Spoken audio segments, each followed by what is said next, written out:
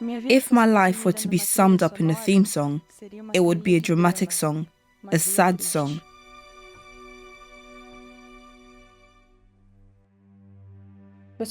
My suffering started when I suffered abuse as a very young child, and there my torments began.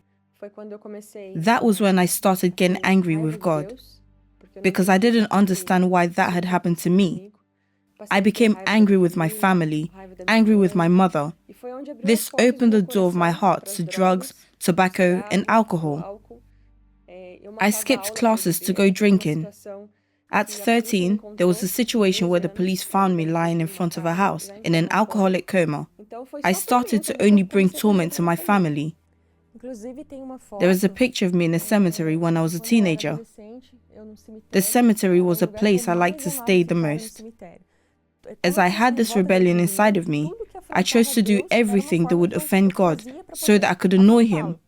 My friends and I used to go to cemeteries and break into the graves, entering and performing rituals inside them, trying to invoke spirits. We would go out on the streets, breaking everything that we could put our hands on. One time, we even entered the church, where I went up on the altar and I spat at the image of Jesus. Everything I could do to offend, I would do it.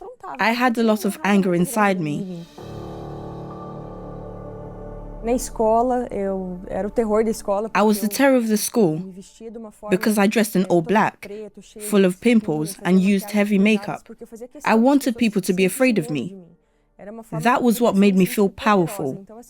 When I went out and people looked at me, frightened, that gave me even more strength to carry on being like that. The moment I started using drugs is what I consider the gateway to the beginning of the end of my life. When I used drugs for the first time, I realized I could skip reality. However, this was temporary because after the effects wore off, a deep depression came back, also due to the chemical effects of the drugs. So every time I had to use more and more to keep myself unconscious, to keep away from reality. There was a situation where I went to a carnival festival with friends, where I spent 4 days without sleeping, snorting cocaine non-stop, until I overdosed.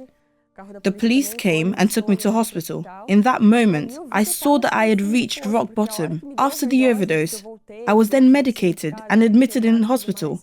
I thought, why did I not die? I could not imagine a future for myself. I was not able to look forward and think that I could have a husband, that I could have children. I always looked at myself and thought, this girl does not deserve.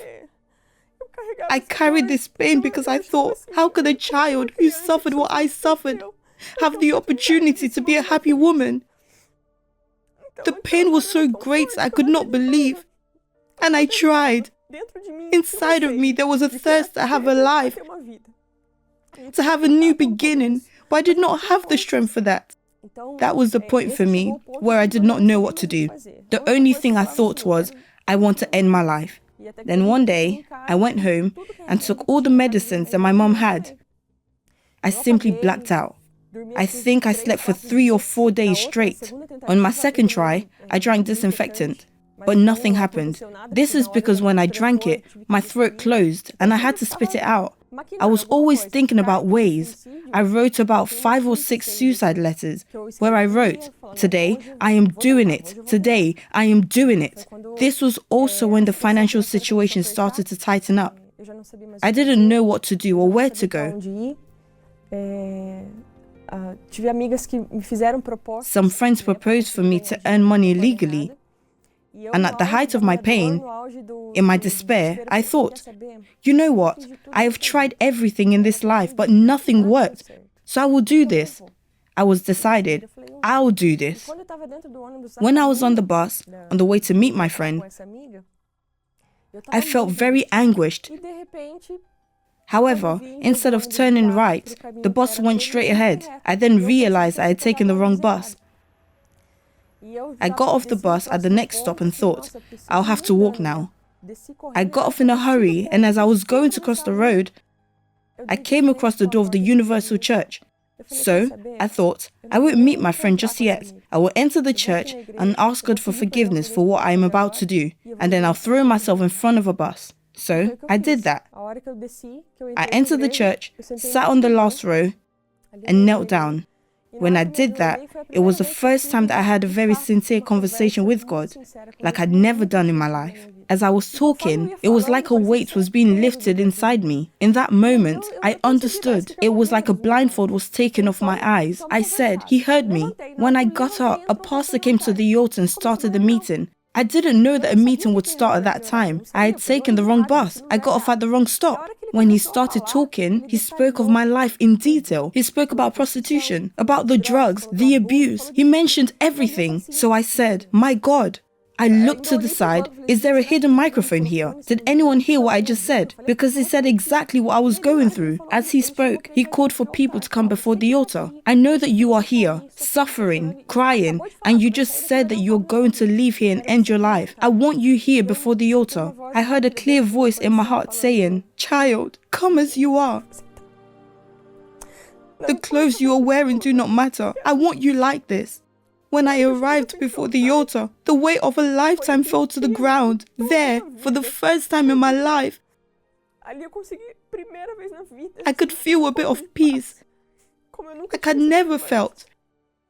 The pastor finished preaching after speaking the word, and I left there already transformed. After I left the church, I took my things and went home. I switched off my phone as this friend of mine was calling me non-stop. So I started to thirst greatly for the word because it was feeding me and strengthening me. I started to seek more and more, wanting to understand more of God. I wanted to know who He was, the one who had accepted me as I was. When I decided to be baptized in water, all the addictions left me. Depois que eu me batizei, eu tomei uma decisão. After I got baptized, I took the most powerful decision of my life. I don't want that anymore. Everything that brought me evil and polluted my life with God, I said, I no longer want any contact with this. When my first campaign of Israel arrived, I understood that what I needed was to have the Holy Spirit of God in my life. It was to have the mind of Christ, to think like Him, to act like Him. It was to have the strength that He had. My vanity used to be my everything. In that time, I used to think, I must make myself beautiful. However, I said, I want none of this. None of that matters anymore. I remember that in one envelope, I placed a financial sacrifice, and in the other, I wrote on a piece of paper the word, friendships. When I went up on the altar and placed the envelope there, it was like the day I asked God to kill me and make me as a little child. I saw this little child being born.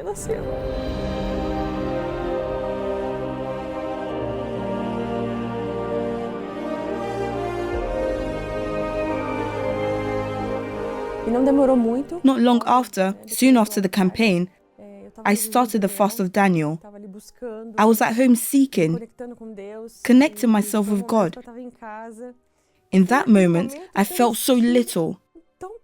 I said, God, I am nothing. I am nobody. It was as if He had placed a mirror in front of me and showed me my size. And at the same time, the giant I could become when I was with Him. In that moment, what I felt was nothing emotional, but a certainty inside me. I was sure that His Holy Spirit was inside me.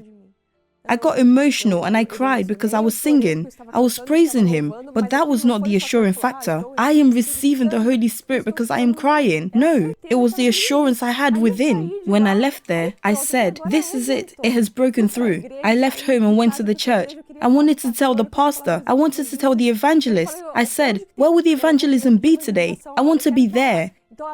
I had a fire inside me, what I never imagined I would have.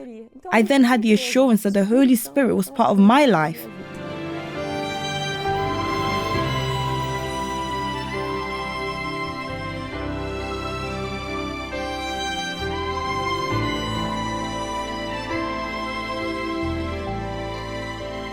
My financial life started to get better. I got married to the husband of my dreams. He is a prince to me, and he treats me like a princess. My children are very blessed children. They work with me. We do the same line of work. God had given us the direction to open a music school because this would be a door to His house too. From that one, we opened another school and 2 other companies. The Holy Spirit brings the assurance inside me.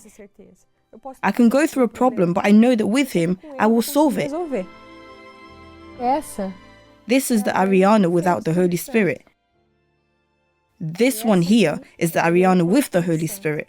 So, who made the better choice?